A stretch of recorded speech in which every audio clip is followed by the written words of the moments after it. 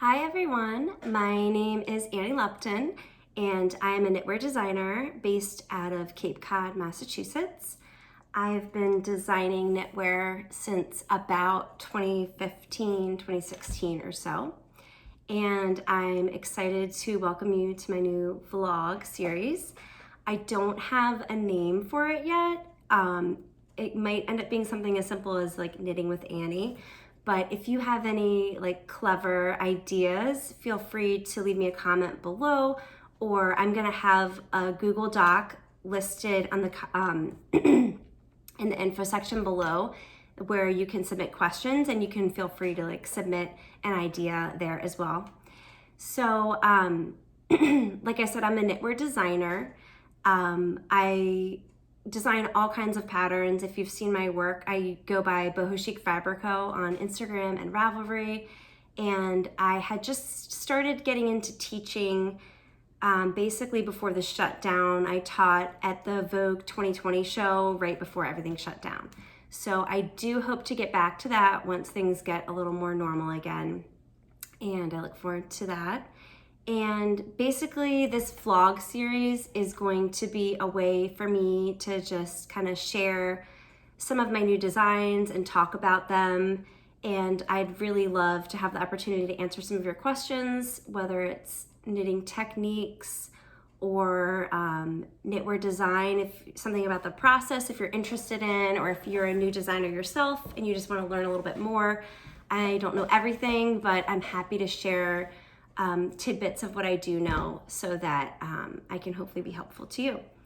And so that is what it'll normally be. And today though, actually, I thought it would be good for the first episode to just introduce myself and tell you about how I got to this point in knitting to make it design a career, and just how long I've been doing it and where it started and all that. So yeah, I have a note to myself over here so I don't lose track of what I'm thinking. But basically, yeah, I'll start at the beginning. So I grew up in Maryland and I learned how to knit in high school. I was self-taught. I found a book somewhere and kind of just looked at the pages and like looked at my needles and figured out how to do it. And so I was just doing like really simple things in high school, like scarves basically. And I had a Latin teacher in, I think, my second year, and she taught me how to do cables. And so in high school, I was doing lots of cables and lots of just like flat knitting, scarves and things like that. And I kind of put it away for a while, my first couple years of college. I did, I did like a few small projects, but nothing super exciting at that point. I wasn't really going to yarn shops or anything like that. And I was focusing on school. And once I got to about probably my third year, I transferred schools. And at that point, I was living in Somerville, which is just north of Boston. And I was living there with some friends and commuting down to UMass, which is like right at the Dorchester line, which is like the opposite side of the city. So I was going on the T every day from Somerville all the way down to UMass, which was like an hour or so long. So that's when I started knitting again. I would just like bring my knitting on the train and work on things as I was going to and from classes. And we also didn't have a like washer or dryer. And so I would bring it with me to the laundromat, and like I'd be doing my homework and like sneaking in rows and working on little projects at the same time. And yeah, so I was starting to get into knitting again at that point. And I think it was my third year. It was like towards the end of my third year or the middle, I don't know. That's when I was working on my first ever pair of socks. And I remember it very well because I met somebody very special during that time. I was working on socks and I was using DPNs, which now I do not use. I totally prefer the magic loop method, but this was my first time knitting in the round. So I was doing DPNs and I just did not know what I was doing. Like I said, I did not go to any classes, which would have been really helpful, but I was just trying to figure it out. and I was like totally knitting from the inside of the sock. I don't know if any of you, when you were learning how to knit in the round, made that mistake too, but I just couldn't like conceptualize it. So I was knitting from the inside, totally didn't know what I was doing. And then finally like it clicked and I figured out, oh my God, like we're supposed to be going around the outside of the tube. So once I figured that out, I definitely was like, okay, I can do this. And I'm working on that first pair of socks, and my friend that I was living with, her twin brother came to visit, and I was just super focused on these socks. I was thinking like, oh, this is my friend's brother is in town, like who cares? Like he's a brother, you know? I wasn't thinking anything of it, but he ended up becoming my husband. So that was the first time we met, is when I was working on these socks. And he likes to say that like, he fell in love with me like because I was knitting and he thought it was super cute and like endearing. I don't know like how true like that is, but I was definitely knitting and he saw it. And I think now looking back, it's kind of funny to me because I just was like not focused on him at all. Like it took a while for me to be like, oh, this is a guy, like he's cute, but like this is a guy that I'm interested in, because I just thought of him as like a friend's brother for a while. Anyway, so yeah, I figured out the sock situation, got through that. Eventually I started dating Josh, my husband, and I was working on, I did like a couple failed attempts at sweaters to varying degrees. There was one that, was seamed and just was like really bad, but I would wear it like to yoga, but I didn't really wear it in public. I was like not very confident yet. So that's kind of where I was at that point. Then I graduated from college and I started working as a nanny in Boston. We were still in Somerville, and we dated for like a year and a half or so, and then we got married. And at that point, I had been taking a class on home birth midwifery. My first kind of career plan was to be a home birth midwife. And the Massachusetts Midwives Alliance had a course that ran for a whole year, and you would meet with different midwives, and they would, it was like an introductory course. So they just kind of taught you the basics. And then if you were interested in going further, you could either go to a home birth midwifery school, or you could go and apprentice with a midwife and take the exam and go that way. And I was planning to go to a school at that point. And so I was taking this course. We had just gotten married, and there was a lot of like stressful stuff going on like in my kind of family life at that time, and I wasn't like paying attention. And we kind of accidentally got pregnant like really quickly after we got married. It was like maybe 2 months after. We weren't planning on it, but we were excited and like welcoming and everything of it. But it was like a big surprise. And so I had gone to the doctor, just like a general kind of a checkup thing. And they did blood work and all that. And they found out that I had Hashimoto's, which is an autoimmune disease, which I had no idea about or that I had it. And luckily the symptoms aren't always easily treated, but the loss of thyroid hormone is pretty easily treated with hormone supplement. So I take that, it's not a big deal. I was taking it, I was doing my midwifery classes, and we got to the class, I was about 10 weeks along, I think, and we got to a class on miscarriage. And I remember the teacher of the class, because the class knew that I was pregnant, I guess, and I remember the teacher pulling me aside and kind of like saying like, oh, I know you're early in your pregnancy, and like we totally understand if you want to like sit this class out, because we were going to be kind of going into the details of miscarriage and like what that is on your body and just all the aspects of it. And she didn't want to like freak me out and stuff. And I was like, no, like if I'm going to be a midwife, like I need to know this information, like it's important, and I know that it happens, and I know that the vast majority of time nothing causes it, it's someone's fault, all that. I knew like the basics. And so I said, no, like it's totally fine. So I sat in the class and all that and learned all about it. And about 2 weeks later, it was Thanksgiving, and we were actually on the Cape visiting my husband's family, and I was about 12 weeks along, and I started like spotting and cramping a little. And at first I was just like, okay, well, I know that this can be a normal part of pregnancy. It's nothing to like freak out about at first. But throughout like the day and night, it got like worse and worse. And I kind of realized like, oh gosh, like this is like really happening. And so we came back to Boston that night because I like wanted to be home. And I did end up miscarrying that pregnancy. And it's just kind of funny because like I remember like in that class thinking to myself, like when I said like, of course I need to take this class, I remember thinking like, I am young. I was like 22, 23. And I remember thinking like, there's no way like I'm gonna have a miscarriage. Like I'm like super healthy. I'm a vegetarian. I like work out. Like, I eat really healthy. Like, I know that it happens, but like it's not gonna happen to me. That kind of attitude in my head.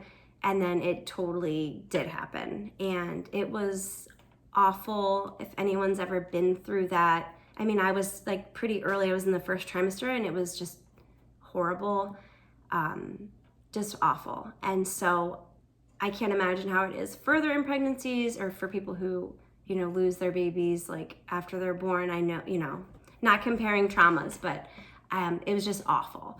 So I totally understand for those of you who have been through it. And like after it happened, I was young and I had like maybe one friend with a baby, and like nobody was like, so people didn't, I don't know, I felt like I didn't have people to talk to about it. I didn't really know anyone who had had a miscarriage. After the fact, I did end up meeting people or like older women who had had them earlier in their lives.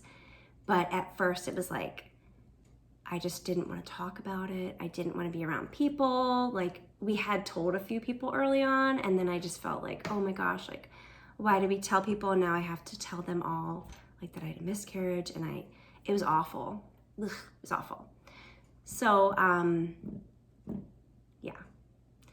But so out of that though, came kind of like a love for knitting. So I was kind of going through this grieving process and like working my way through it. And I was in a local bookstore in Cambridge, Harvard Square Books. So Porter Square.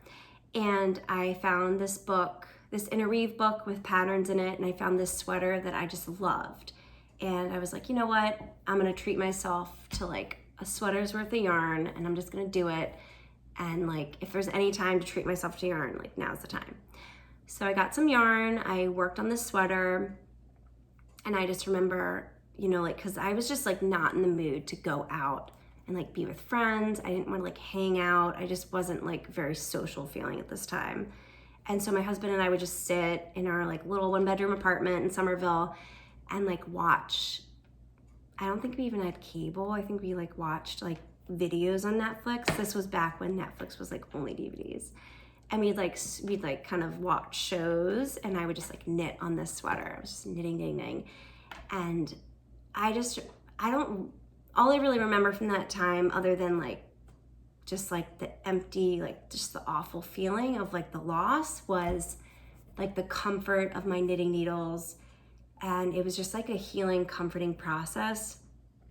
And so like that emotional tie to knitting, I think, came then. And ever since then, I've been like obsessed with knitting, and it like hasn't stopped. So so I knit that sweater, and it turned out better than a lot of the others that I had done. It fit, and I wore it and stuff. And yeah, so from there, I was really worried that I would never get pregnant again, because this was my first pregnancy ever. And so we, at that point, we started trying again, and I did get pregnant pretty quickly after. And at some point in that pregnancy, we ended up moving up to Maine, and we were living in Biddeford. My husband was starting school up there. So we were in Biddeford for a couple years, and while we were there, let me backtrack real quick. So I was initially also planning to do midwifery school up in Maine. When he was there doing his school, there's a school in Maine. And then with me being pregnant and kind of realizing like the time constraints that he was gonna be under on call, with me on call and a baby in a place where we didn't have family, I just kind of realized this isn't gonna work like at this stage in my life. So I pulled out of the school and decided not to pursue that. I thought, if the time's right, I can go back to it later. So I was just home, and I had my baby, my oldest daughter, Juniper, and I was home with her, and I was just doing lots of knitting and a little sewing, kind of like staying busy that way. And obviously a first-time mom, it was like a lot, it's a big transition. My husband was at school a lot, so I was kind of alone a lot, and I would just like knit and work on things at home. And it was around that time that I found the Soul Mama blog, which Amanda Blake Soul was her kind of initial starting point, I think, before she made Taproot magazine. And yeah, so I was like super into her blog and a few other blogs at that time, and she was sharing her knitting projects and stuff.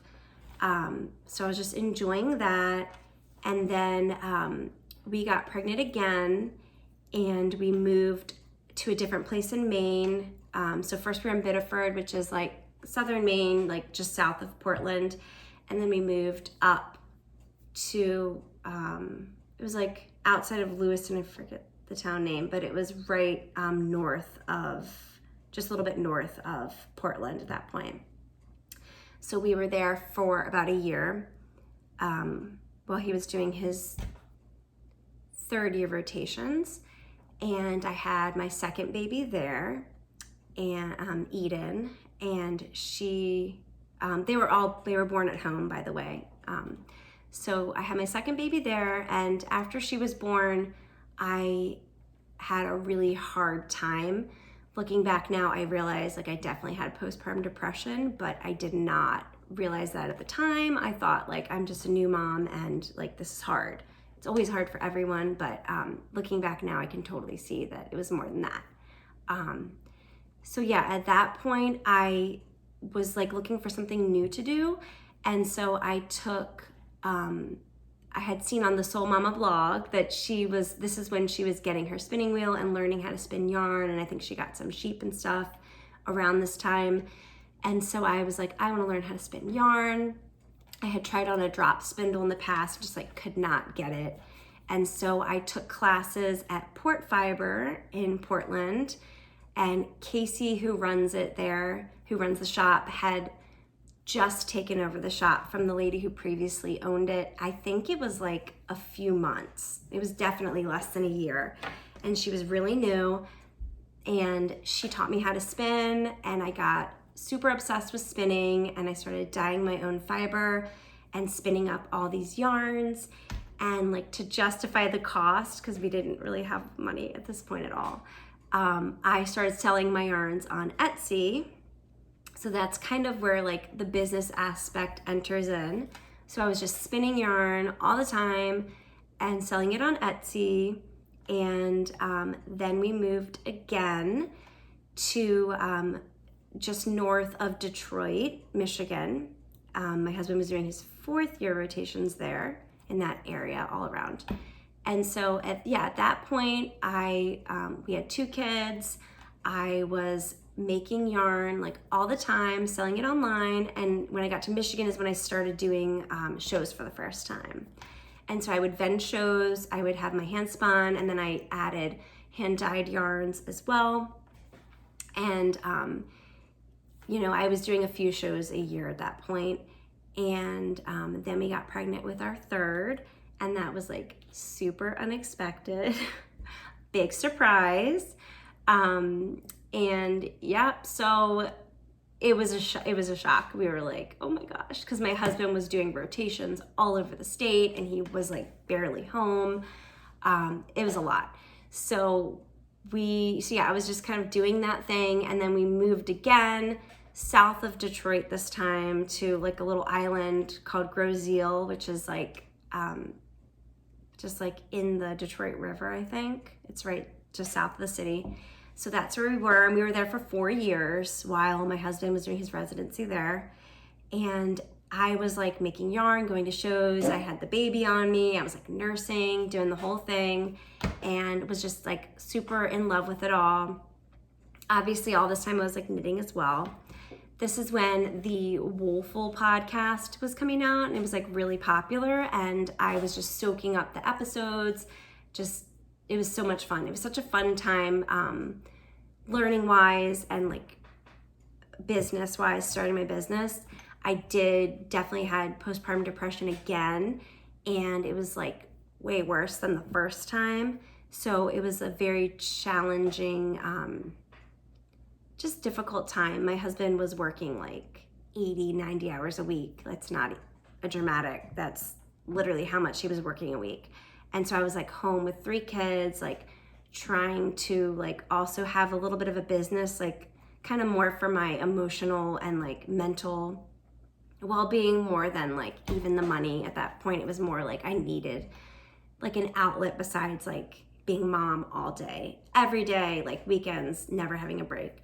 And so I was kind of like clinging to my business, and it kind of like helped me through that time. It was really hard too, but got through it.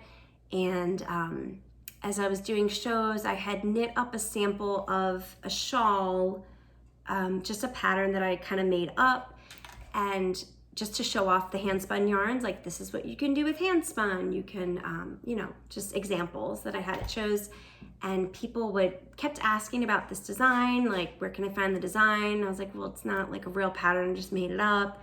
And they were like, we should definitely write it up, put it on Ravelry because I'd get it.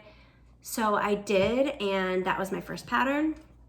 And kind of from there, like hearing different designers talking on the Woolful podcast, and I just kind of fell in love with designing. It started slow. I did a couple things kind of slowly, and then I just kind of took over. And over the course of like maybe 1 or 2 years, I totally transitioned from a yarn business to design. And that really is what I enjoy the most. And I'm really happy doing it. I've been doing it since then. So since like 2015, 2016-ish. Yeah. So I've basically been doing it since then. We moved to Cape Cod about 2 years ago now. And I've been here. My husband is finally like in a job. He's done with residency, so his hours are a little bit better. And I, been able to have more time to focus on my work. My kids are now in school. Obviously, with the pandemic, everything was like thrown off, this past year. But in general, they're like in school, and I have more time to work during the day. I've just really been enjoying my knitting and designing. And so that's where I'm at. And so I basically design, it's more sweaters, I'd say. That's what I like, sweaters and like tees like this one. I also do some accessories like shawls and hats and stuff, but definitely lean more towards sweaters just because that's what I like to wear and that's what I enjoy knitting. And so,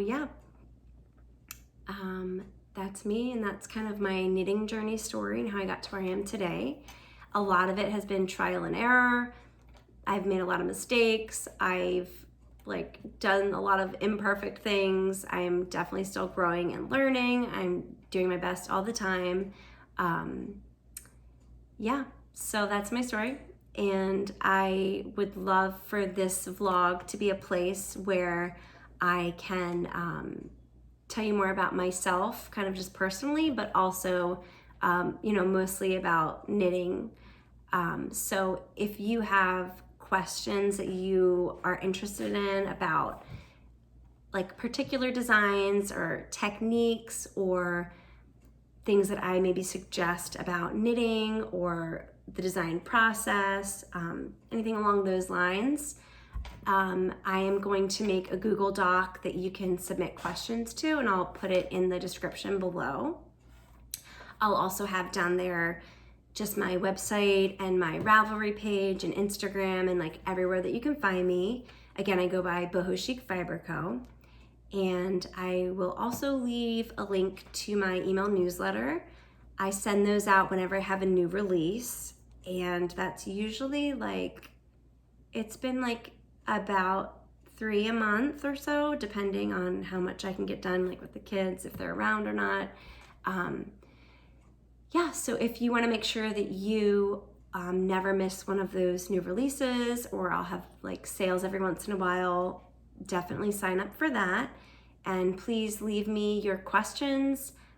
Next week, I hope to pop in and share a little bit about upcoming designs, and then just kind of dive right into your questions and go from there. This is like my studio space here. It's the bottom floor of our house, and yeah, it works out that this is where I get most of my work done, do most of my like drafting, pattern work and stuff, store my yarn and all that kind of stuff. So I'm happy to show you a little bit more about this too. But yeah, I guess I'm open to this going kind of wherever it leads. And if you have an idea for what we could call this vlog thing, feel free to let me know. And hopefully next week I'll have chosen something. And if I choose yours, I'm happy to give away like a couple free patterns or something. I'll decide later, I guess.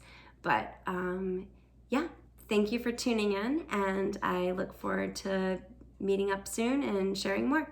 Bye.